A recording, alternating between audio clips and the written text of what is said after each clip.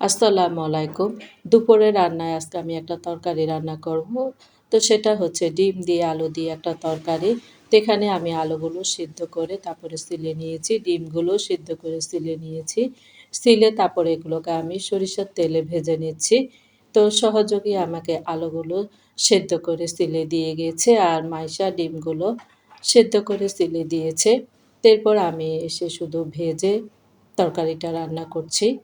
তো এই তরকারিটা আমার অনেক পছন্দের একটা তরকারি। আমি কয়েকদিন পর পরই তরকারিটা রান্না করি। তো মাইশার আব্বু তেমন একটা পছন্দ করে না।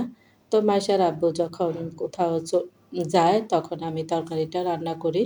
মাইশার আব্বু তেমন একটা পছন্দ করে না। আর এখানে আমি সবগুলো মসলা নিয়ে নিচ্ছি। আসলে মসলাগুলো এভাবে নিলে রান্না করতে সুবিধা হয়। একসাথে সব ঢেলে দেওয়া যায়। তো এই তরকারিতে মসলা খুব একটা বেশি প্রয়োজন হয় না। অল্প পরিমাণে আমি সব মসলা দিয়ে দিয়েছি। মাংসের যা, যা মসলা তো সেই মসলাগুলো আমি পরিমাণে অল্প দিয়ে দিয়েছি। আর এখানে আমি সরিষার তেল দিয়েছি। সরিষার তেল দিয়ে এখন আমি মসলাগুলো ঢেলে দিয়েছি।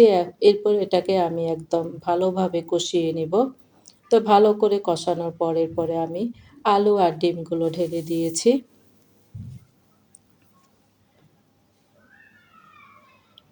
তো এই রান্নাটা আসলে খুব একটা সময় লাগে না।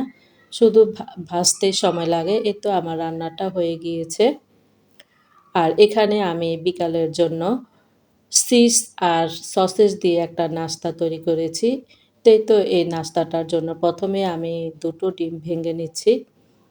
তো এটা আমি দুপুরে রেডি করে রেখেছি। তো ডিম ২ টো ভেঙে তারপর এটাকে আমি ফেটিয়ে নিয়েছি ভালো করে লবণ দিয়ে।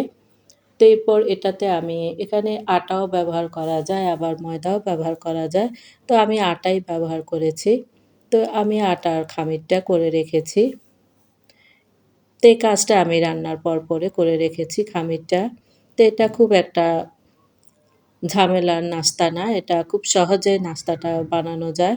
শুধু চিজ আর সসেস থাকলে খুব সহজে নাস্তাটা বানানো যায়। তো এখানে আমি কিছু তেলও দিয়ে দিয়েছি। তো তেল দিয়ে আমি তো খামিরটা আমার রেডি হয়ে গিয়েছে। তো এটা আমি সন্ধ্যায় বানাবো যখন নাস্তাটা খাওয়া হবে তখন আমি বানাবো। এখানে আমি খামিরটা রেডি করে রেখেছি। তো এই তো এটা হচ্ছে এখন সন্ধ্যাবেলা। তা আমি ১ম এ রুটি বেলে নিয়েছি। রুটিটা একটু মোটা করে বেলবো।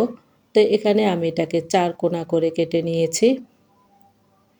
তো ৪ কোনা করে কেটে তারপরে এটাতে আমি চিজ আর সসেজ দিব। চিজটা হচ্ছে স্লাইস চিজ। তো আমি সেই স্লাইস চিজটা ১ম এ সসেজ দিয়েছি। সসেজটাকে আমি অর্ধেক করে নিয়েছি। তো অর্ধেক সসেজটা দিয়ে তারপরে উপর দিয়ে আমি স্লাইস চিজটা দিয়েছি।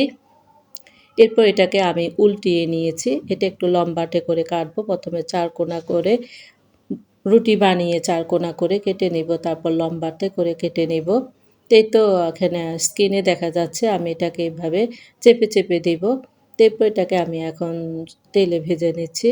তো এটাকে আমি সরিষার তেলে ভেজে নিচ্ছি। সরিষার তেল আর সয়াবিন তেল ২ টাই একসাথে দিয়ে তো আমি এগুলো ভেজে নিচ্ছি। তো এটা আসলে খুব সহজে নাস্তাটা তৈরি করা যায়। খুব একটা ঝামেলা করতে হয় না, শর্টকাট করা যায়। তো এটা আমি সবগুলো ভেজে নিচ্ছি তেলে। তো নাস্তাটা আসলে অনেক টেস্টি আর পুষ্টিও নাস্তাটা। তো আমার নাস্তাটা রেডি হয়ে গিয়েছে। বাড়িতে মেহমান আসলে শর্টকাটে নাস্তাটা খুব সহজে তৈরি করা যায়। তো এটা ছোট বড় সবাই নাস্তাটা আসলে পছন্দ করবে।